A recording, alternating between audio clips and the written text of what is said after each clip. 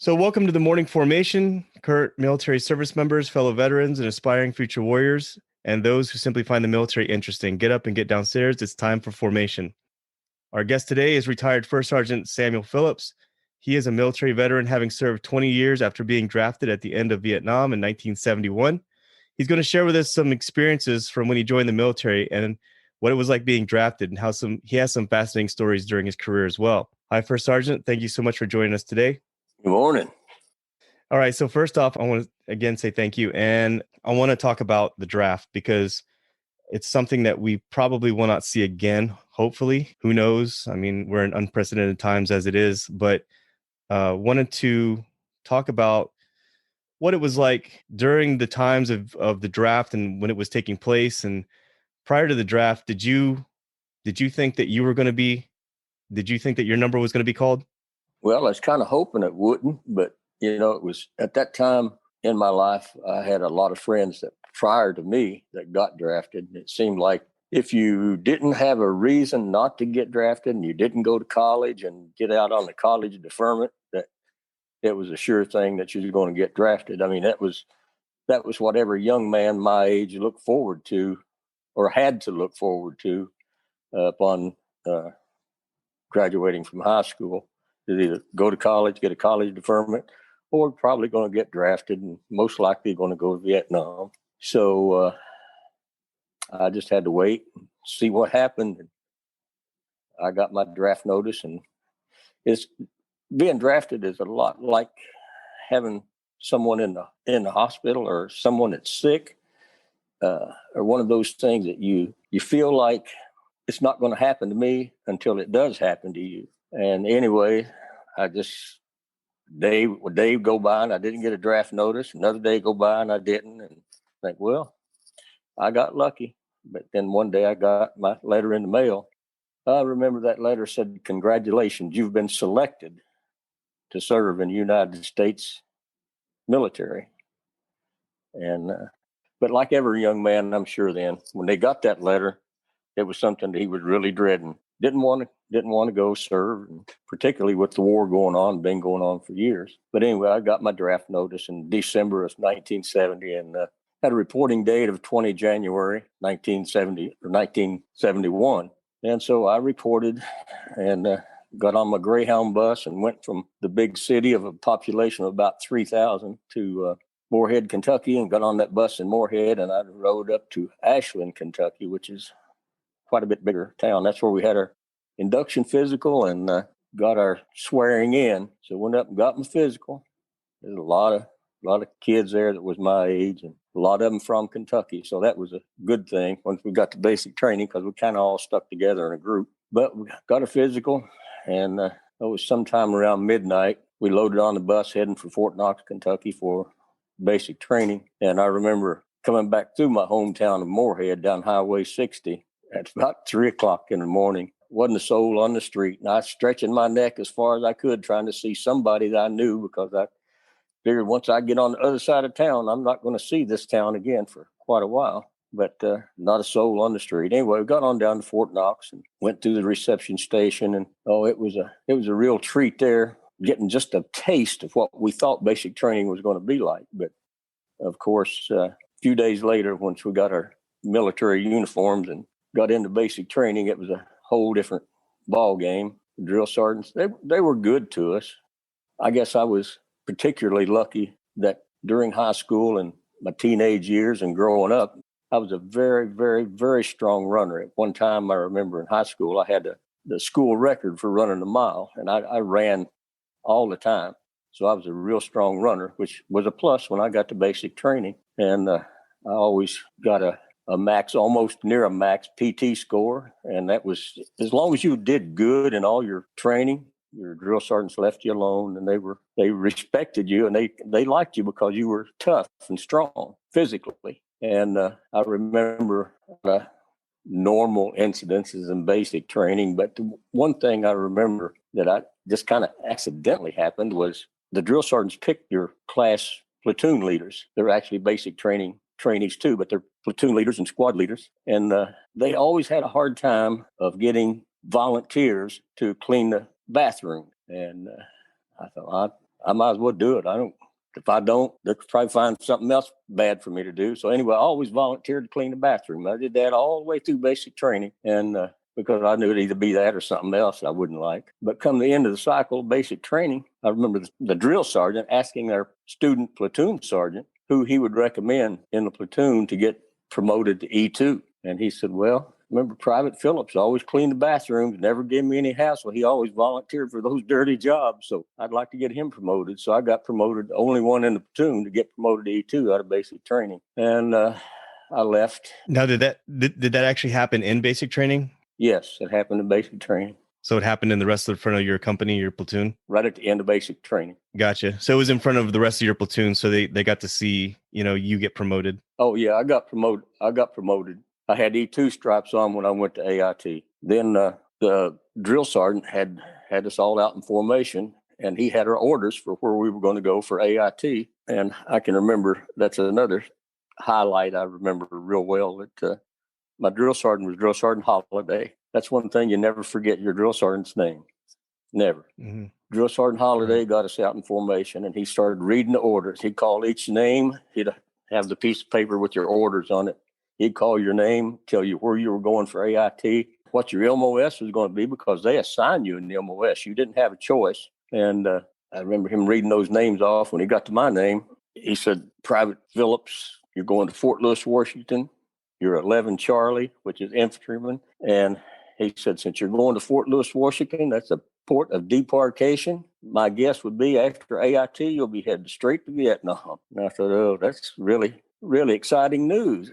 But he'd do that to everybody. And he would say, the ones that going to Fort Polk, Louisiana, you're probably going to be at 11 Bravo, and you're probably going to be going to Vietnam immediately after AIT too. But I don't know what happened to them. But anyway, I went to Fort Lewis. Pretty country out there. Rained every day. Mm-hmm. I've been there. And I did my 11 Charlie training, which is mortars, 81 4-deuce mortar. Did all that, and we got close to the end of the cycle. And one evening, a drill sergeant came by, and he said, we need anybody that's got a high school education that wants to go to school to be up in building so-and-so at 1800. And we got some information for you. So I went up to that building at 1800, me and a few other guys. And they said, if you want, we can send you back to Fort Benning, Georgia for 3 months, where you will be going to NCOES, non-commissioned officer school. And in 3 months, if you pass, you'll be a hard stripe E5. They called it shake and bake school back then, because you go to school for a short time, you come out a hard stripe E5. And me and some of my AIT buddies, that sounds pretty good. So means more money. So we volunteered for it, and we got sent back to Fort Benning, Georgia. Missed that trip to Vietnam that the drill sergeant promised me. Went back to Fort Benning, Georgia, and went to the NCOES for 3 months and got my hard stripe E5. We graduated and got my hard stripe E5, which is a big pay raise. And after you finish NCOES, I had a choice. We all had a choice. Once we graduate, you either go to a regular T&E unit and be on like a 6 months probation. If you do a good job, you get to keep your hard stripe E5, and then you're done. Your probation's over. Or you can go to Ranger School, and you'll get to school, plus that will be your probation period. Once you finish that, your probation's over. So I thought, shoot, that's sounds like a better deal. I can kill two birds, so to speak, with one stone. Here I can get my school, and I can get that probation period over at the same time. So they had a period between then and when Ranger School started, and I could look across the street a block away and see the jump towers. And I said, well, why don't I just go over there and go to jump school?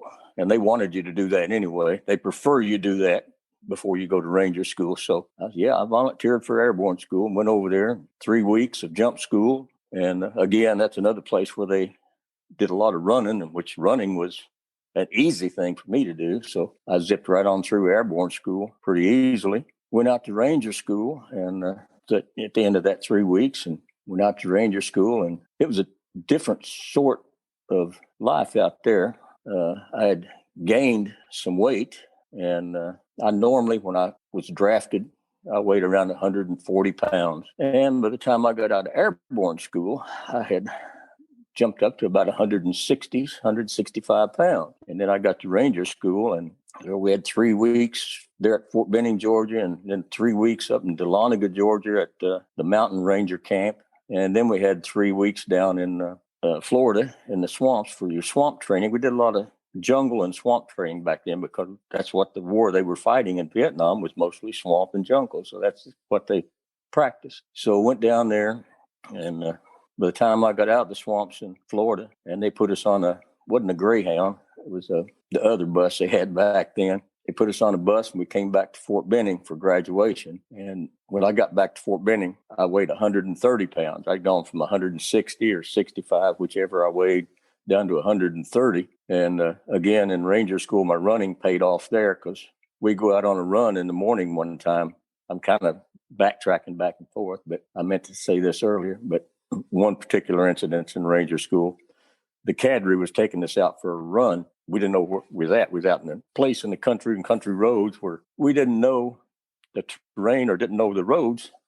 But when we got back to where the road looked familiar, and I knew we was getting close to the Darby Ranger camp, I just took off. I didn't know if I was allowed to or not. I took off, and I got past all the whole company formation. I passed the cadre that was leading the formation. He tried to keep up with me and couldn't do it.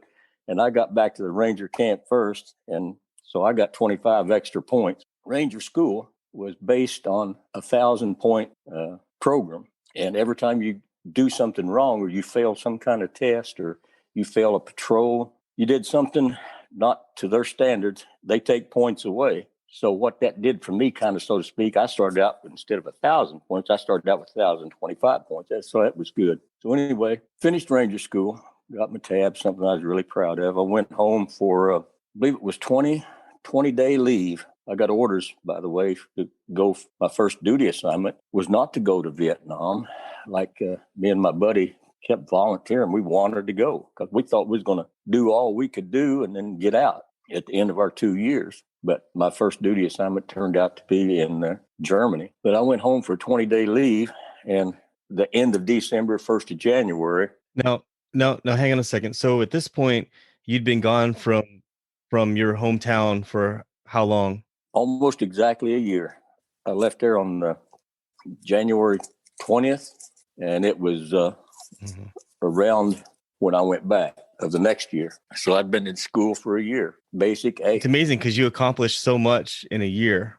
Well, yeah, I did. As a matter of fact, when I went back on that 20-day leave, after I got my hunger quenched, because I went home, like I said, I weighed 130 pounds.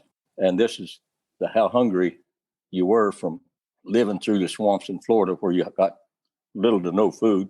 10 days after I got home on that 20-day leave, I had went from 130 to 190 pounds. Wow. In 10 days, I gained 60 pounds. That was a temporary weight. But anyways, you remember the first thing that you were looking to eat? Like what were you missing the most? Everything. I could back up and I could tell you this. When we came out of the swamps in Florida to back up to the base camp there at Eglin Air Force Base, the cadre's wives had a cake sale, and I'd had a $20 bill stuck in the bottom of my shoe for 9 weeks. I bought two big chocolate cakes from those women that were selling them. And I sat down over there and leaned up against a Quonset hut. The sun was shining. I was finally getting dried out. And I had to eat that cake with my hand, just like a baby would on his first birthday. And I ate 2 cakes right there. And that was nothing. And then I bought a big sack of candy and potato chips and pretzels to eat on the bus on the way back to Fort Benning. Trailways bus, not Greyhound. It was Trailways. As soon as you mentioned the bake sale, I totally knew where that was going. Yeah, because So how sick were you? How sick were you after eating all that junk? Oh no, I wasn't sick. I just wanted to. Oh, you wasn't? Eat and go to sleep. That's all I wanted to do. But I did go on that 20-day leave. After I got my hunger quenched, I jumped in my car and from Moorhead and drove down to Fort Knox, Kentucky, and it's about a 3-hour trip. 3.5-hour trip. And I went back to my old D-18-4 basic training company. I looked around there and walked in the mess hall, and there's a bunch of drill sergeants sitting around the table. So I went back and sat down with them, and there was Drill Sergeant Holliday. And I told him who I was, and he said, well, I kind of remember you, but I told him when I was there and where I'd been up until that day there. And he said, I'm really proud of you. He said, you're one of them that did good. But anyway, then that 20 days was up, and I took off and went to Germany. I was only in Germany for 1 year. At the end of that tour, I thought, this is not that bad. I've enjoyed it. It's a lot of physical ability to do good. And so I said, I think I'll just re-enlist. And then they threw that thing in front of you where if you re-enlist, you get $10,000. But, well, I could use the money, and it's a pretty good job too. So I re-enlisted for 6 more years.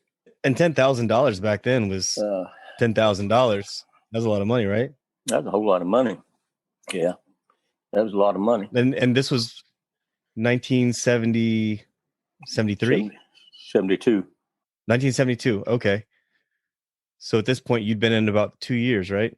Well, yeah, it was the end of 72 when I re-enlisted. They took $2,000 out in taxes, of course, which they don't tell you that until time to pay you. But I was assigned to the 1st Battalion 509 Bravo Company, 1st Battalion 509th Infantry. It was the only airborne mechanized unit in the United States Army then. And, if you think about it, there's a good reason for that. You just don't go dropping a whole lot of heavy mechanized equipment out of airplanes. So I had a good time. I got to travel a lot around Europe. I did some traveling on my own, on the weekend and holidays, and take leave and go to a few places that wasn't too far away. I had a car, so we drove. I became real good. Now, what part of Germany was that? That was in Mainz, Wiesbaden, across the river from Wiesbaden, about 25 miles.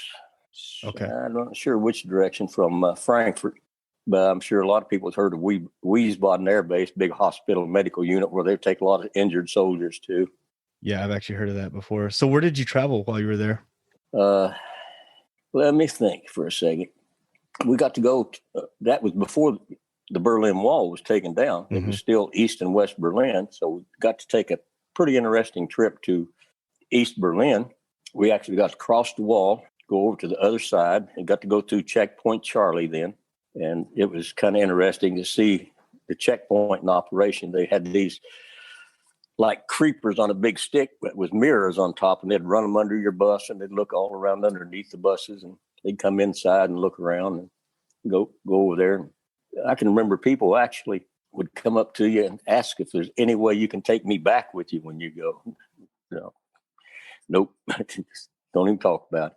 But we all had to kind of stay together. From west to east Germany? Yeah. Oh. It'd be east to west, wouldn't it? East to west, yeah. Yeah, that was the communist side that wanted to come back. You're right.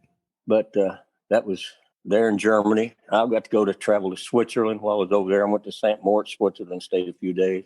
Went to Austria and up, I'd say, God, it's been so long. I'd say probably around October of 1972, the battalion commander sent out a request to each company. Do you have any soldiers that wants to go and that you would recommend them to go to Belgian Commando School? And of course, I was all for that, and I wanted to go. So I let them know that I wanted to go. If you'll choose me, I'd appreciate it. So there was 10 of us from my company got to go to Belgian Commando School. We had to ride a train. And we went to Marseille-les-Dames, Belgium.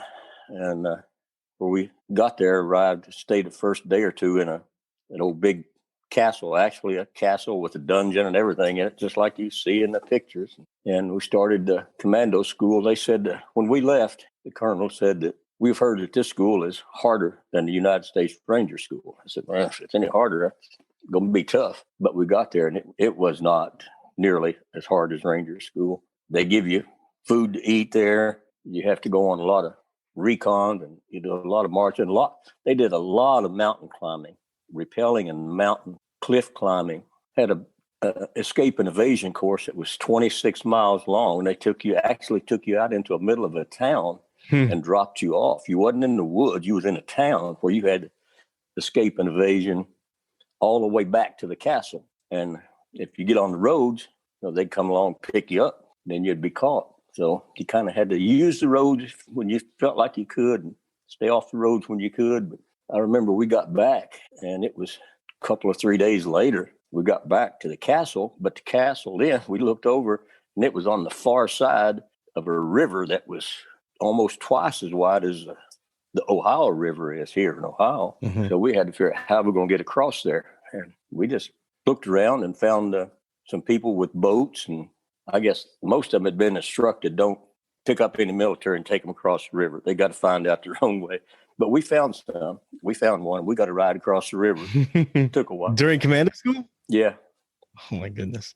And they took us across the river and let us out, and we made it back.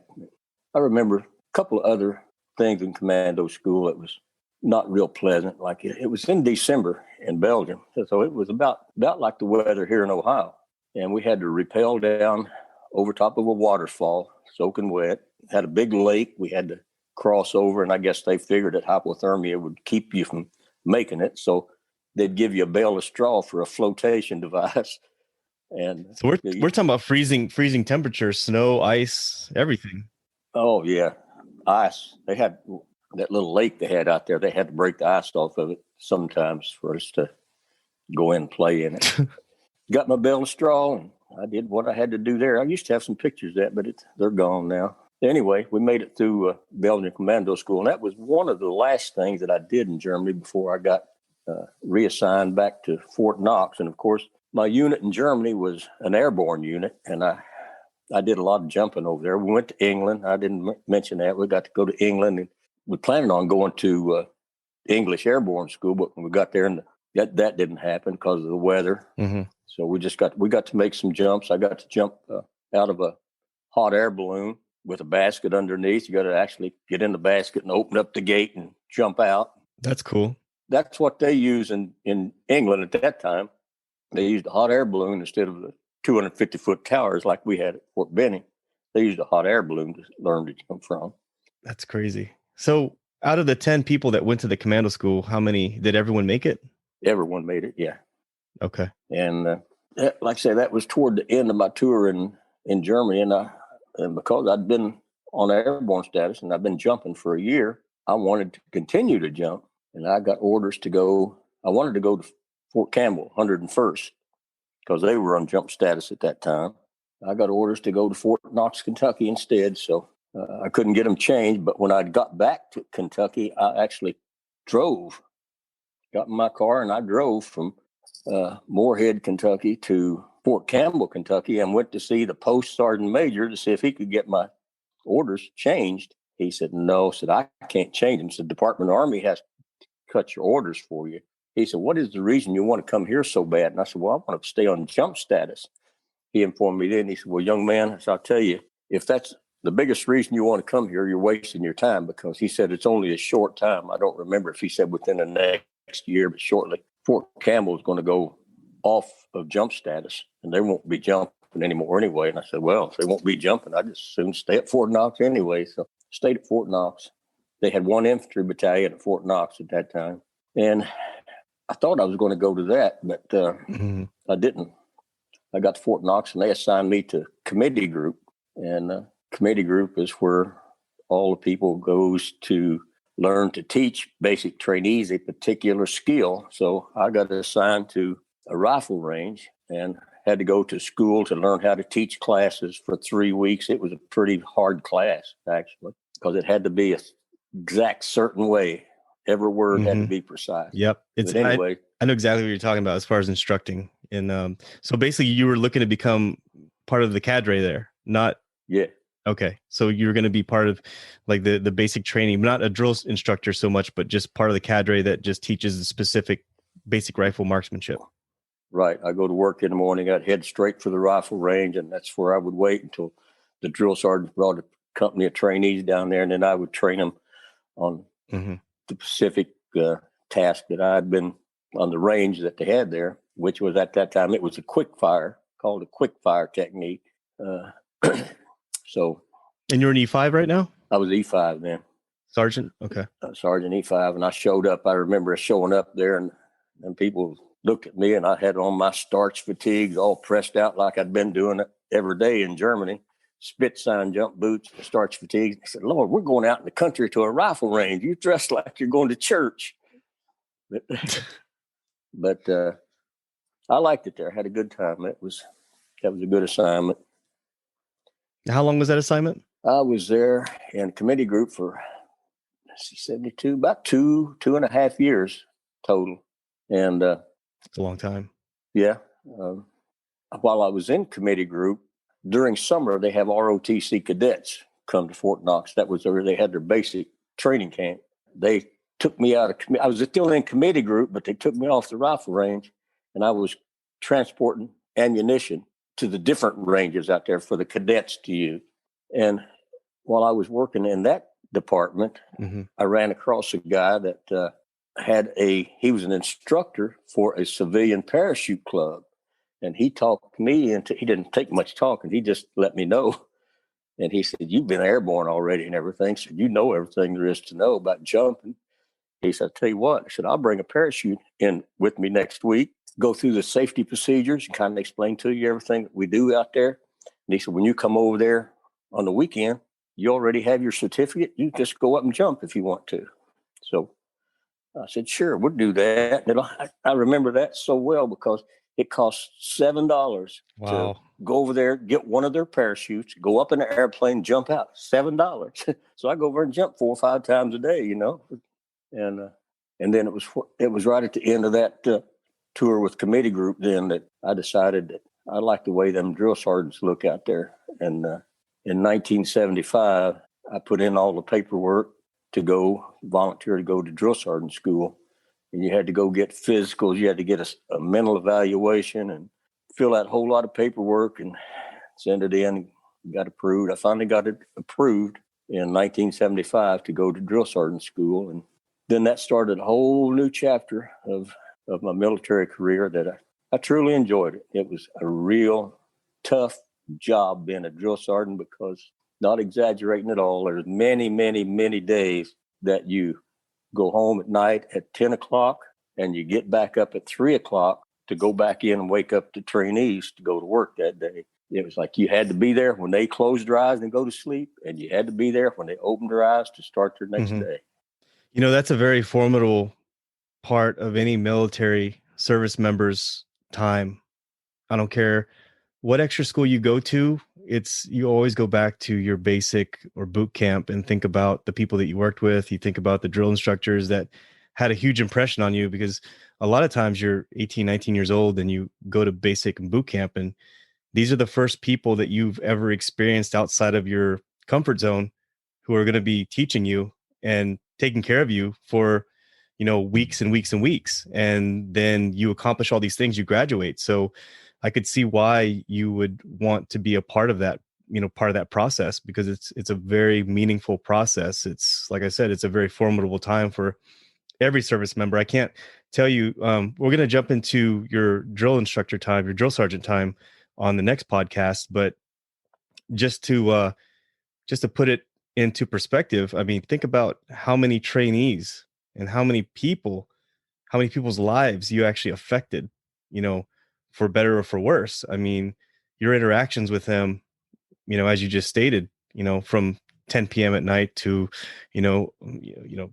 early the next morning, you were the face. Like, you were what they saw. You were mom, you were dad, like you were everything, for that time period. So I think it's my hat's off to you for volunteering and stepping up and doing that extra thing, because it's a very important building block for any service member, I think. But I wanted to go back and ask you, take it all the way back to the beginning with the draft. I mean, you were voluntold, with the draft to join the military, but what was going on with your life at that time? I mean, were you just working, and do you ever often go back and think about what your life would be like had you not been drafted? Oh, yeah, I've gone back in my mind and thought about that. And, it might be hard for some people to understand, but that's being drafted was probably one of the best things that could have happened to me at that time in my life. I was like a lot of kids, especially kids from down in Kentucky. There was nothing to do, and a lot of kids was getting in trouble and ended up not amounting to nothing. I think maybe if I hadn't got drafted, I'd have went right along with that bunch of kids, and I wouldn't. I didn't really have the opportunity to go to school, to college.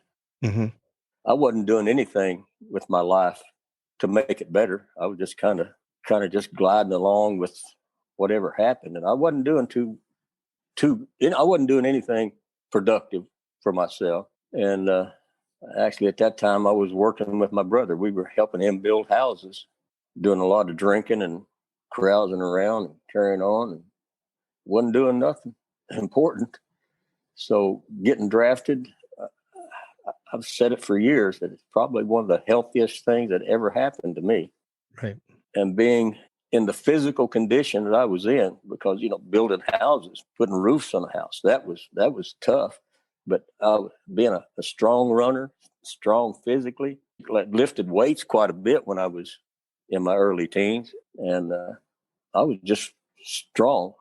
And I think that's what made the military, when I went in, that's what made the military easy for me. I didn't mind it at all, because every task that they gave me, I could accomplish it and still have a lot of oomph left in my body, and it didn't get me down. And I think any soldier that's going in the military needs to keep that in mind and mm-hmm.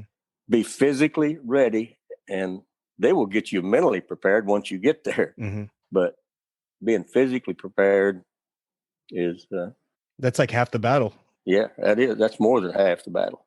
Because like I said, they're going to get you mentally prepared once you get there. Mm-hmm. They're going to tell you what to mm-hmm. think, how to think, when to think. Because I remember even when I went to basic training, the folks that came in without the physicality and didn't have the mental side of it, they had such a steep. They didn't have a mountain. They had a cliff that they had to climb. And so preparedness, I don't think you could prepare yourself mentally for that initial training. I think it's kind of impossible when you're living at home or you're living in the civilian world. But you can prepare yourself, like you said, physically. Like you can get yourself physically ready, but I don't believe that you can put yourself into a basic or boot camp type of environment out here in the civilian world. So you're right. Like the physicality part of it is something that you can definitely prepare for if you put your mind to it. And that makes a lot of sense. Your military career is absolutely fascinating because it was completely from a different time. I mean, even from the time that I served, and the time you served, things were so different. And just hearing about the draft and hearing about, how the military gave you the opportunity to progress in life and presented you with different things and said, hey, do you want this? Do you want that? Whereas had you stuck around your hometown and built houses, that's kind of a slow crawl. You're probably not going to encounter those opportunities that you got while you were in the Army. So I can understand where you're coming from. And I feel the same way too. Even when I left for my training and came back and I would see what everyone else was doing, I felt like I accomplished a lot. And I come back and I see everyone just sitting on the same old bar stools, drinking the same beer and listening to the same music. So definitely, I agree with you 150% with that. So I want to save the drill sergeant time, because you spent, just to lead and to segue into the next podcast, just want to tell everyone that first sergeant here actually spent 5 years. Total of 5, 3 years and a 2-year break and 2 more years. Yeah, so he volunteered to come back and jump back into it again, which is sort of unheard of because a lot of times, being DI, a drill instructor, is super challenging. I mean, you're literally there almost 24 hours a day and you're in charge of these young trainees, 24 hours a day, 365 days a year, with different cycles. So very challenging detail to do. I'll jump into that on the next podcast. I just want to sum everything up for what we talked about here, as far as the hometown, getting drafted there, all the opportunities that the military gave you from there on out. I mean, nothing was planned. Like you didn't go into the military saying, hey, I'm going to go to jump school. I'm going to go to Ranger school. I'm going to go to Germany. It just kind of I kind of saw it as kind of like you're standing in the middle of this field and you have an azimuth on your compass, and the military gave you a direction. It gave you a vehicle to actually go in that direction faster than you would have just building houses. You took advantage of those opportunities. And there's a lot of people that are given those opportunities when they're in the military, they just don't take them. All right. Do you have anything final before we wrap it up? Nope. I'll let you wrap her up. All right. Well, I appreciate your time, and thank you everyone for listening to the Formation Podcast. Tune in again for the next podcast. We're going to go into what it was like going through the schooling, as well as what it was like for being a drill instructor for 5 years. All right. Thank you for listening today. Please subscribe to the podcast. We're going to be putting stuff up every week. Thanks again. I appreciate it, First Sergeant. Thank you much. Appreciate it. You've been listening to the Morning Formation Podcast. I hope you found today's materials helpful and of value to your current situation.